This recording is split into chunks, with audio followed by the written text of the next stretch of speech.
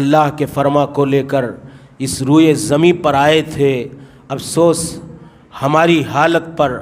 اللہ کے فرما کو لے کر اس روئے زمین پر آئے تھے، سوئی ہوئی غافل دنیا کو خوابوں سے جگانے آئے تھے، افسوس ہماری حالت پر، ہم بھول گئے کیوں آئے تھے۔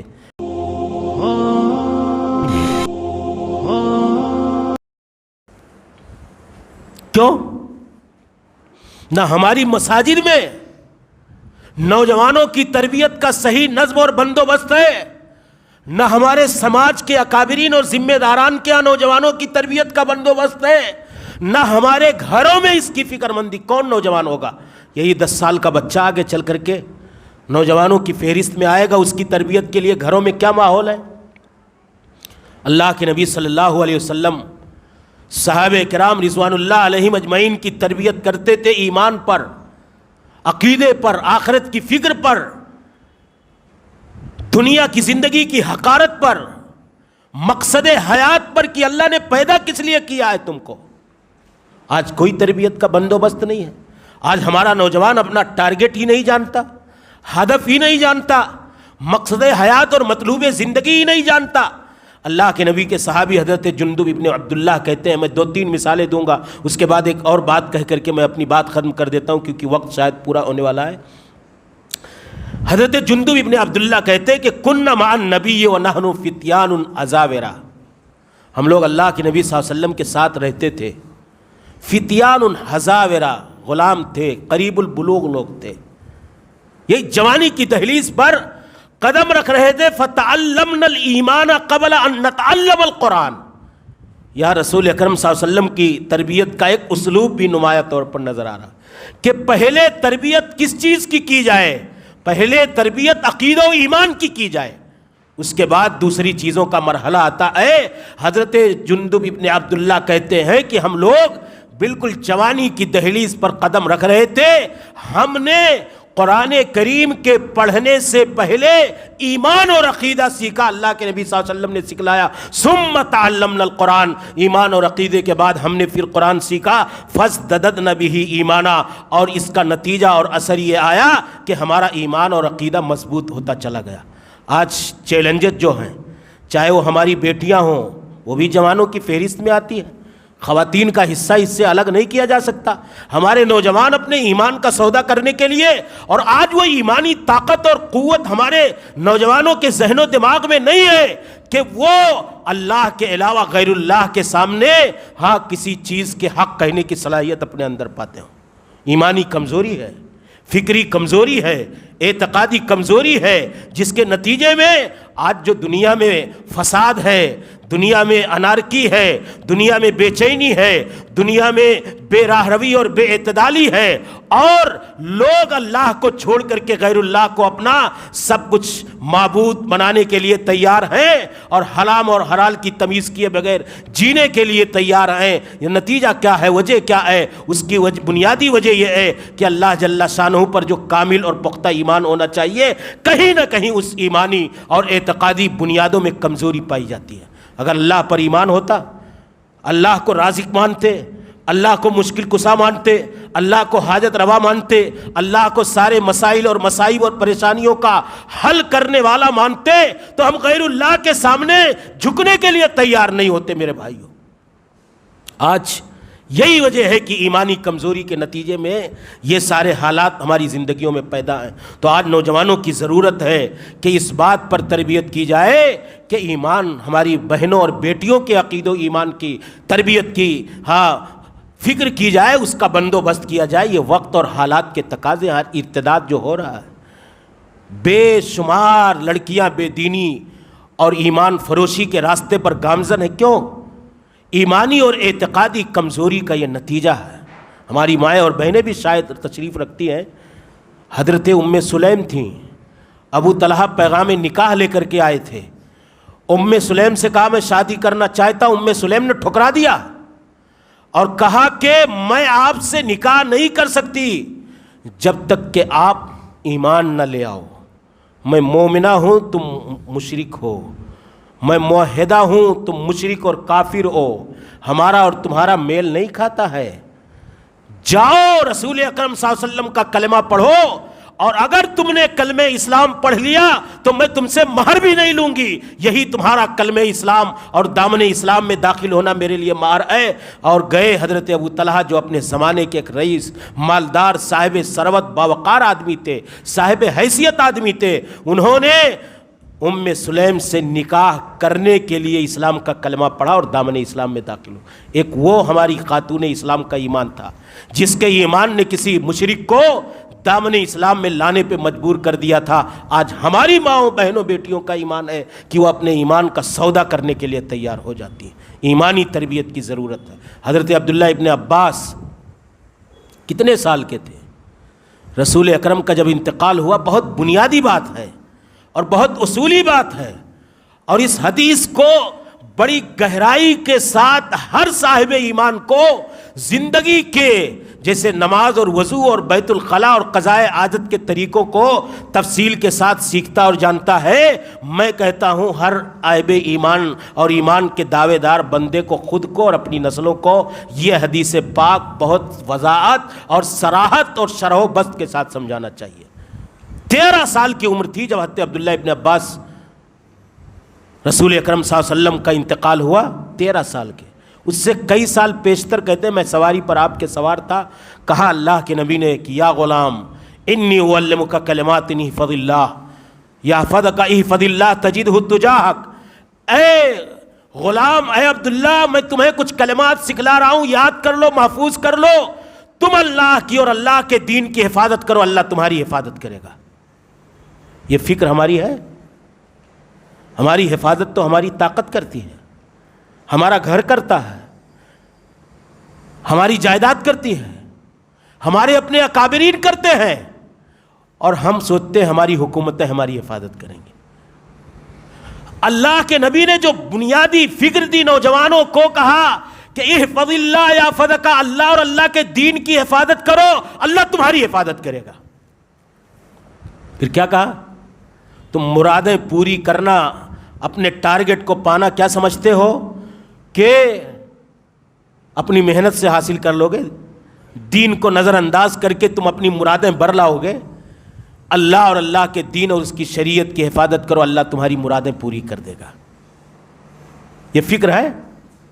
یہ گھروں میں والدین بچوں کی بناتے ہیں، نہیں بیٹا نمبر لاؤ گے 90%، نیٹ کراس کر جاؤ گے، چاہے اس کے لیے نماز چھوڑنا پڑے، جمعہ چھوڑنا پڑے، ایمان چھوڑنا پڑے، عقیدہ چھوڑنا پڑے، تہذیب چھوڑنی پڑے، کلچر چھوڑنا پڑے، سب کچھ قربان۔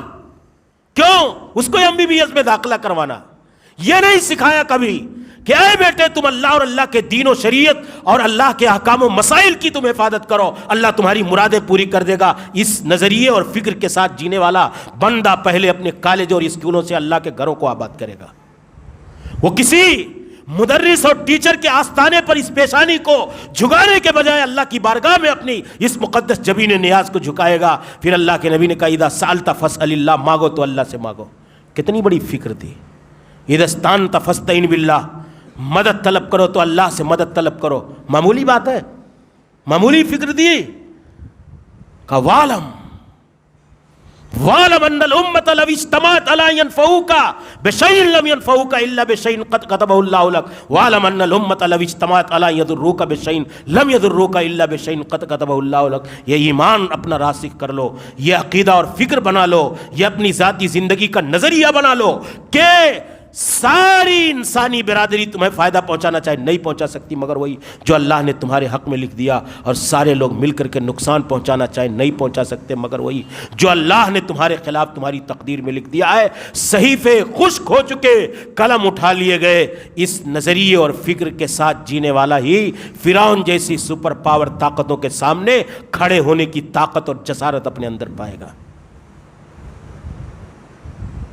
آج ہماری ایمانی کمزوری ہے، عمل کی کمزوری ہے، دین سے دوری ہے، اخلاقیات کی کمزوری ہے۔ سارے مسائل پر میرے بھائیوں وقت نہیں ہے کہ میں ایک ایک رسول اکرم صلی اللہ علیہ وسلم کی سیرت، کس طرح سے رسول اکرم صلی اللہ علیہ وسلم تربیت کرتے تھے نوجوانوں کی، کہ اللہ کے نبی صلی اللہ علیہ وسلم نے یہی ٹیم تیار کی، ایمان کی بنیادوں پر، عقیدے کی بنیادوں پر، عمل کی بنیاد پر۔ حضرت عبداللہ ابن عمر کہتے ہیں کہ چھوٹا سا تھا، رسول کے زمانے میں مسجد نبوی میں سوتا تھا، سو جایا کرتا تھا۔ کہا اللہ کے نبی نے صرف میری اتنی کمزوری مجھے بیان کی تھی کہ عبداللہ بڑا اچھا آدمی ہوتا اگر رات کو قیام اللیل کیا کرتا۔ رسول گرامی کی زبان رسالت مآب سے نکلے ہوئے الفاظ تھے، کہا میں نے اپنی زندگی میں کبھی تہجد اور قیام اللیل کی نماز نہیں چھوڑی تھی۔ ایک بار سمرہ ابن جندب کو کہا تمہارے بال تمہارے کتنے لمبے ہیں، گئے اور بال کو کٹوا کر کے ختم کر دیا، بال تک دیکھتے تھے۔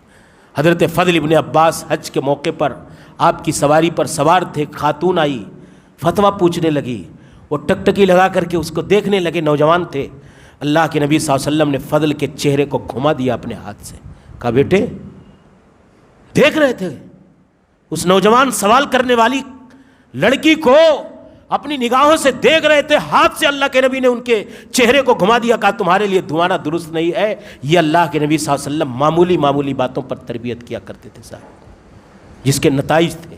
آج ہماری نوجوانوں کی تربیت کا کوئی سسٹم نہیں ہے، نہ ایمان کی بنیاد پر، نہ عقیدے کی بنیاد پر، نہ عمل کی بنیاد پر، نمازوں کے طریقے نہیں لوگوں کو معلوم، دین کی بنیادیں نہیں معلوم، اور صحیح سے وضو اور غسل کا طریقہ نہیں معلوم۔ اس کا ذمہ دار کون ہے؟ میں نے کہا نا شروع میں کہ یہ باتیں اصل مخاطب اس کے دوسرے لوگ ہیں، آپ تو نوجوان ہی ہو، لیکن ٹھیک ہے، آپ اپنے طور پر آنے والے حالات میں اپنی ذمہ داریوں کو سمجھیں۔ یہ نوجوانوں کی تربیت گھر سے شروع ہوگی، والدین ان نوجوانوں کو صحیح راستے پر لے جائیں گے۔ میں نے پھر کہہ رہا ہوں کہ یہ نوجوانوں کی تربیت ان مساجد کے ذمہ داران اور مسجدوں کا کام ہے۔ آج اکثر و بیشتر مساجد میں صورتحال یہ ہے میرے بھائیوں کہ نوجوانوں اور بوڑھوں کے بیچ ایک ڈسٹینس پایا جاتا ہے، ایک دوری پائی جاتی ہے، ایک مابہل امتیاز کا راستہ پایا جاتا ہے۔ بوڑھوں کی ٹیم الگ ہے، نوجوانوں کو ایکسیپٹ کرنے کے لیے تیار نہیں، نوجوانوں کی سرگرمیوں اور جذبات اور ان کی ایکٹیویٹی کو قبول کرنے کے لیے تیار نہیں۔ یہی حال ہماری تنظیموں کا ہے، یہی حال ہمارے بڑے بڑے اکابرین کا ہے۔ جب تک ساری صلاحیتوں کو ایک ساتھ استعمال نہیں کیا جائے گا اور ان نوجوانوں کی صلاحیتوں کو صحیح رخ نہیں دیا جائے گا، تب تک ہمارے معاشرے کے اندر تبدیلی کا کوئی امکان نہیں ہے، یہ میں یقین کے ساتھ کہہ سکتا ہوں۔ میں دو مثالیں دے کر کے اپنی بات ختم کر دیتا ہوں کہ ہمارے سلف صالحین بہت بنیادی مثال ہے۔ یہ جو نوجوانوں کو نظر انداز کرتے نا، پوری بڑی کی بڑی ٹیم جس کو کہتے کہ ہمارے اپنی توحید، اتباع، تزکیہ، خدمت خلق کے لیے بنائے گئے، کتنے لوگ ہیں؟ جہاں مسجدوں میں چند بوڑھے غالب ہیں، وہ نوجوانوں کو قریب نہیں آنے دیں گے، نہ شورا میں نہ ذمہ داران میں۔ یہ ظلم ہے سماج کے لوگوں کے ساتھ۔ میں یہ نہیں کہہ رہا ہوں کہ نوجوان کھڑے ہوں، نوجوان بغاوت کے راستے پر آئیں، قطعاً نہیں، لیکن یہ سماج کے بوڑھے اور اکابرین اور بڑے لوگوں کا کام ہے کہ وہ اپنی اس مجلس شورا اور مجلس سماج اور مجلس ملت اور مجلس جماعت کے اندر نوجوانوں کی صلاحیتوں کے بقدر انہیں حصہ دے، ان کو اپنے ساتھ لے کر کے چلیں اور آنے والے مستقبل کے لیے انہیں تیار کریں۔ یہ ہمارے اکابرین کی ذمہ داری۔ چند بوڑھے لوگ، مثال کے طور پہ میں تنظیم پہ نہیں جاؤں گا، مسجد پہ آ جاتا ہوں۔ چند بوڑھے لوگ مسجد چلا رہے ہیں، جل بوڑھے کھوسٹ ہو چکے ہیں، کسی نوجوان کو کبھی قریب نہیں کیا، مر گئے سب، تو کسی نوجوان کو کچھ پتہ ہی نہیں ہے کہ کون مسجد میں کتنا ڈونیٹ کرتا تھا، مسجد ہم کو کیسے چلانا ہے، امام صاحب کے ساتھ، مؤذن صاحب کے ساتھ، وہاں کے سماج کے لوگوں کے ساتھ کیا برتاؤ کرنا۔ تو جب آپ انہیں قریب بیٹھائیں گے، مشورے میں شامل رکھیں گے، ساتھ میں لے کے چلیں گے، تو ظاہر سی بات ہے ان کا ذہن بنے گا۔ یہی تو ہے تربیت، ان کی فکر بنے گی، انہیں راستہ اور نہج ملے گا۔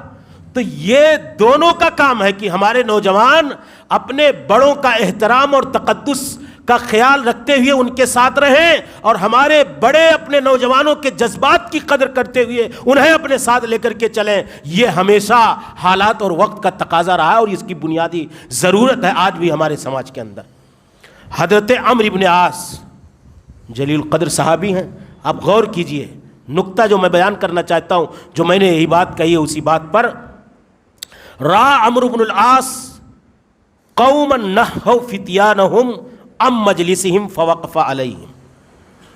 حضرت عمرو بن عاص گزرے ایک بستی سے تو نوجوان الگ بیٹھے ہیں, بوڑھے الگ بیٹھے ہیں, تو رک گئے وہ. سن رہے ہیں؟ رک گئے وہ اور ان کے پاس کھڑے ہو گئے. وقال مالی اراکم قد نہیتم ہؤلاء الفتیان ام مجلسکم. کیا دیکھا انہوں نے؟ نوجوان الگ, بوڑھے الگ. یہی ہے نا آج. پھر حضرت عمرو بن عاص رک گئے اور کہا کہ وجہ کیا ہے کہ میں تمہاری مجلس سے ان نوجوانوں کو الگ دیکھ رہا ہوں. سوال کر ڈالا انہوں نے. پھر کہا لا تفعلوا, ایسا مت کرو, نوجوانوں کو نگلیکٹ نہ کرو, نوجوانوں کو نظر انداز نہ کرو, نوجوانوں کو اپنی مجلسوں سے دور مت کرو. لا تفعلوا, ایسا مت کرو جو تم الگ بیٹھے ہو, نوجوان الگ بیٹھے ہیں.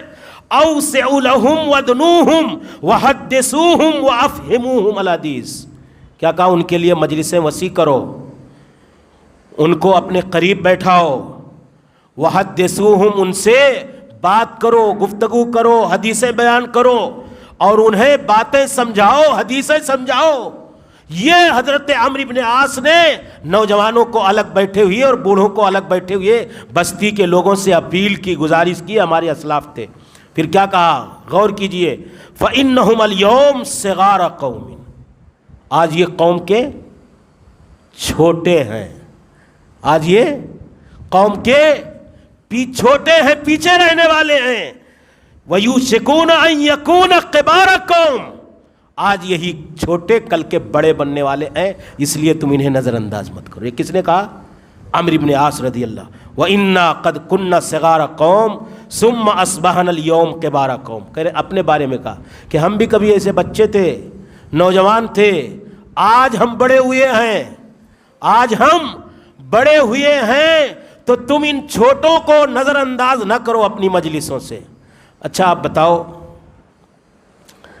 میں ایک مثال یہیں دیتا ہوں جملہ معترضہ کے طور پہ, کہ یہ نوجوانوں کو نظر انداز کرنے کا معاملہ صرف سماج, ملت, قوم اور دین اور مسجد اور مدرسے کے کاموں میں کیوں ہے؟ اپنے ذاتی بزنس اور تجارت میں وہی لوگ ایسا نہیں کرتے. جو مسجد کا ٹرسٹی ہے وہ اپنے گھر کے اندر اپنی تجارت کے بارے میں اپنے بچے کو ٹرینڈ کر رہا ہے کہ نہیں کر رہا؟ تو تم دین کے بارے میں کیوں نہیں ٹرینڈ ہونے دیتے بھائی؟ تم قوم کے سردار اور سائد ہو, قوم کے قائد اور رہنما ہو, آپ اپنی تجارت اور بزنس کے حوالے سے اپنی جنریشن اور اپنے گھر والوں کو تو تیار کر رہے ہو کہ میرے بعد میرے بزنس کے بارے میں ساری معلومات اکٹھا ہو, میں کمزوری کے مرحلے میں آؤں تو یہ ہمارا سارا بزنس اور ساری تجارت سنبھال لے. دین کے معاملے میں کیوں نہیں تم ایک جنریشن تیار کرتے ہو؟ مجرم ہے کہ نہیں ہے؟ یہ سب سے بڑی تکلیف دہ بات ہے. یہ جملہ معترضہ تھا میرا. پھر کہتے ہیں دوسرے, عروہ ابن زبیر رضی اللہ تعالیٰ عنہما یجمع بنی, اپنے بیٹوں کو جمع کرتے تھے. فیقول یا بنی تعلموا, بیٹوں کو جمع کرتے اور کہتے ہیں میرے بیٹو دین سیکھو, علم حاصل کرو. فَإِن تَكُونُوا صِغَارَ قَوْمٍ, آج تم چھوٹے ہو, بچے ہو. فَعَسَىٰ أَن يَكُونُوا كِبَارَ قَوْمٍ, کل تم بڑے ہوگے. یہ عروہ ابن زبیر اپنے بچوں کو بیٹھا کر کے سمجھاتے تھے. وَمَا أَقْبَحَ عَلَىٰ شَيْخٍ يُسْأَلُ لَيْسَ عِندَهُ علم, اور کسی بوڑھے کے لیے اس سے بڑی رسوائی اور کیا ہوگی کہ اس سے بڑھاپے میں کچھ پوچھا جائے اور وہ جواب نہ دے پائے. تو جب جوانوں کو آپ ٹرین نہیں کیے رہو گے, مسجد میں ٹرسٹی بننے لائق نہیں بننے دو گے, تو ایک بیگ وہ ٹرسٹی بنے گا تو کچھ جان ہی نہیں پائے گا, تو رسوا ہوگا کہ نہیں ہوگا. مجلس شورا میں نہیں رکھو گے, باہمی مشاورت کی مجلسوں میں ساتھ میں نہیں بیٹھاؤ گے, تو جب اس کو شعور, علم, پختگی نہیں ہوگی تو اچانک اس کے ہاتھ میں کمان آئے گی, باغ ڈور آئے گی, تو وہ رسوا ہوگا, کمال کے ساتھ, صلاحیت کے ساتھ کام نہیں کر پائے گا. تو وہی کہہ رہے ہیں حضرت عروہ ابن زبیر کی بیٹو تم ساتھ میں بیٹھا کرو, سیکھا کرو. آج تم چھوٹے ہو, کل بڑے ہو جاؤ گے, اور جب بوڑھے ہو جاؤ گے, بڑے ہو جاؤ گے, اور کسی چیز کے بارے میں تم سے پوچھ لیا جائے گا, نہیں جانو گے, تو تم رسوا ہو جاؤ گے. تو اس لیے نوجوانوں کو ٹرین کرنے کی ضرورت, دنیا کے ہر میدان میں یہ ذمہ داری ہے. ابن شہاب زہری بہت بڑے جلیل القدر تابعی کہہ رہے ہیں نوجوانوں کی حوصلہ افزائی کرتے تھے، ان کے ذہن و نفوس کو اعلیٰ فکر اور اعلیٰ نظریہ اور بلند فکر دینے کی کوشش کرتے تھے۔ ابن الماجشون کہتے ہیں، یہی بات کہہ کے میں بات کر کے لمبی ہو گئی میری گفتگو، میں بات ختم کر دیتا ہوں۔ ابن شہاب زہری کہتے ہیں کہ انا وابن اخی وابن عم لی، میں اور میرے بھائی کا بیٹا اور میرے چچا کا بیٹا، 3 لوگ، وَنَحْنُ غِلْمَانٌ احداث، ہم لوگ بالکل چھوٹے تھے، کیا تھے؟ نوجوان تھے، بچے تھے، چھوٹی عمر کے تھے، 3 لوگ، میں۔ ابن الماجشون کہتے ہیں کہ وہ اپنے بارے میں نسألہ عن الحدیث، ہم ان سے حدیث پڑھتے تھے، سیکھتے تھے۔ پھر وہ کہتے ہیں کہ حضرت ابن شہاب زہری کہتے لا تحقروا انفسکم لحداثت اسنانکم، اپنی کم عمری کی وجہ سے تم اپنے آپ کو کمتر مت سمجھو، اپنی کم عمری کی وجہ سے اپنے آپ کو کمتر مت سمجھو۔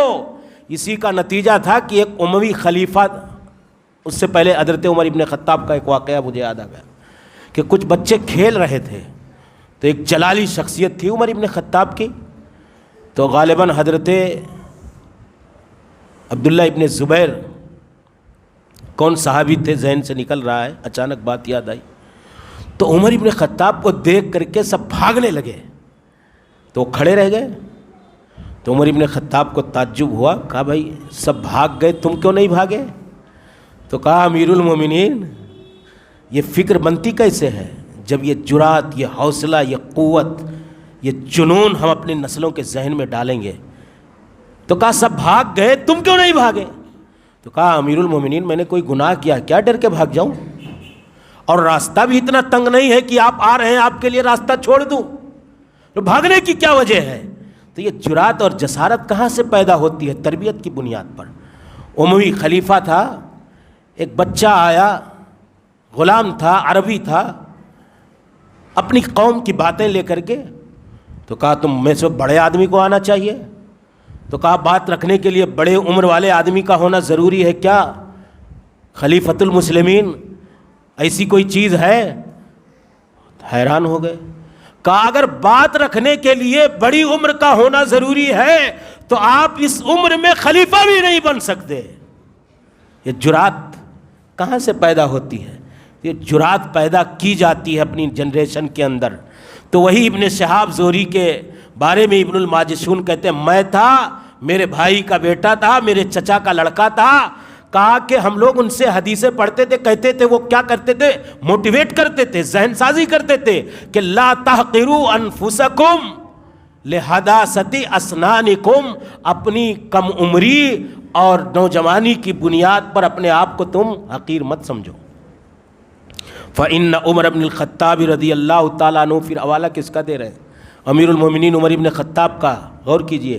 فَإِذَا كَانَ إِذَا نَزَلَ بِهِ الْأَمْرُ الْمُعْضَلُ، کہا کہ دَعَ الشُّبَّانَ فَاسْتَشَارَهُمْ، امیر المومنین عمر بن خطاب جب کوئی اہم ترین معاملہ آتا تھا تو بوڑھوں کے ساتھ نوجوانوں کو بلاتے تھے اور ان سے مشورہ کرتے۔ کون کہہ رہے ہیں؟ ابن شہاب زہری کہہ رہے ہیں کہ عمر ابن خطاب اتنے جلیل القدر خلیفۃ المسلمین امیر المومنین، دور اندیش صحابی رسول، جن کی بات میں نے پہلے آپ کے سامنے ذکر کی، بڑے بڑے بنیادی فیصلوں میں امیر المومنین جوانوں کو بلاتے اور ان سے مشورہ کرتے۔ یبتغی حدۃ عقولہم، مقصد ان کا یہ ہوتا تھا ان کا کہ ان کی عقل تیز ہو، ان کا ذہن تیز کام کرے، ان کی عقلی اور فکری تربیت کرنا چاہتے تھے۔ اس کو آپ سمجھ لیجیے، یہ ہمارے اسلاف تھے، یہ ہمارے اکابرین تھے جو نوجوانوں کو اس قدر اپنی مجلسوں کا حصہ بناتے تھے۔ آج جو ہمارے سماج کا، ہماری سوسائٹی کا، ہماری ملت کا، ہماری قوم کا، ہماری تنظیموں کا جو یہ منظرنامہ ہے، بڑی وضاحت کے ساتھ کہنا پڑ رہا ہے، مجبوری کے ساتھ، کہ کہیں نہ کہیں ایک خلا ہے بوڑھوں اور نوجوانوں کے اندر۔ ایک ڈسٹینس ہے، ایک دوری پائی جاتی ہے۔ جو ہمارے اکابرین کا کام تھا کہ اپنے نوجوانوں کو اپنے قریب کرتے، ہمارے نوجوانوں کا کام تھا کہ اپنے بڑوں کا احترام اور ان کے تقدس اور ان کی تکریم کے ساتھ ساتھ ان کی رہنمائی میں اپنا کارواں آگے بڑھاتے۔ دونوں کے ملن کے ساتھ ایک انقلابی اثرات اور نتائج ہماری ملت اور قوم اور جماعت اور سماج اور سوسائٹی پہ پڑتے۔ کہیں نہ کہیں نوجوانوں کی راہ الگ، بوڑھوں کی راہ الگ، اور دونوں اپنے اپنے ڈگر پہ اپنی شاہراہ پہ دوڑ رہے ہیں۔ نتائج جو ہمیں ملنے چاہیے وہ نہیں مل رہے، تو ہمیں نوجوانوں کو جوڑنا ہوگا۔ نوجوانوں کی تربیت ایمانی، اعتقادی، فکری، ذہنی، عملی، اخلاقی، ساری تربیت کے لیے ایک لاہ عمل بنانا ہوگا، اور ایک کورس ہے یہ، گھر سے شروع ہو کر کے ہماری تنظیموں تک پہنچتا ہے، تب جا کر کے وہ افراد پیدا ہوتے ہیں جن کی خواہش اور تمنا امیر المومنین عمر ابن خطاب رضی اللہ تعالیٰ عنہ نے کی تھی۔ اللہ آپ سب کی ان حاضریوں کو قبول فرمائے۔ یہ جو آپ قربانیاں دے رہے ہیں، اللہ آپ کے لیے، ہمارے لیے، سب کے لیے ذخیرہ آخرت بنائے۔ اللہ رب العالمین ہم سب کو دین سے، آخرت سے اور اللہ کے کلمہ توحید سے سچی محبت کی توفیق عطا فرمائے۔ اللہ ہمیں اپنے مقصد حیات کے ساتھ جینے کی توفیق عطا فرمائے۔ اللہ کے فرما کو لے کر اس روئے زمین پر آئے تھے، افسوس ہماری حالت پر۔ اللہ کے فرما کو لے کر اس روئے زمین پر آئے تھے، سوئی ہوئی غافل دنیا کو خوابوں سے جگانے آئے تھے، افسوس ہماری حالت پر ہم بھول گئے کیوں آئے تھے۔ کنتم خیر امت اخرجت للناس، یہ کہاں سے کام ہوگا جب ہمارے نوجوانوں کی ایک ٹیم، ہماری ایک پوری فوج اللہ کے اس دین اور اسلام کے اس فرض منصبی کے لیے تیار کی جائے گی، اور یہ نوجوانوں کی تربیت سے ہوگا۔ اللہ ہم سب کو دین سے محبت کی توفیق عطا فرمائے، علم کے ساتھ عمل کی توفیق عطا فرمائے۔ اللہ رب العالمین ہم سب کو دین کے راستے میں مخلصانہ کوششیں کرنے کی توفیق عطا فرمائے۔ اللہ ہمیں بخش دے، ہمارے والدین کو بخش دے، اور تمام اہل ایمان کو بخش دے جن لوگوں نے اس پروگرام کو آرگنائز کیا ہے، منعقد کیا ہے، اس کے لیے کوششیں کی ہیں۔ جس طرح سے بھی یہاں کی ضلعی جمعیت البر فاؤنڈیشن اور یہاں کی مسجد کے ذمہ داران، اللہ سب کی کوششوں کو قبول فرمائے، سب کے لیے ذخیرہ آخرت بنائے، اور ہم سب کو مل کر کے اللہ کے کلمے اور رسول کی دعوت کی سربلندی کے لیے کام کرنے کی توفیق عطا فرمائے۔ آمین۔ وآخر دعوانا ان الحمدللہ رب العالمین۔ استغفر اللہ لی ولکم ولسائر المسلمین۔ آمین۔ وآخر دعوانا ان الحمدللہ رب العالمین۔ والسلام علیکم ورحمۃ اللہ وبرکاتہ۔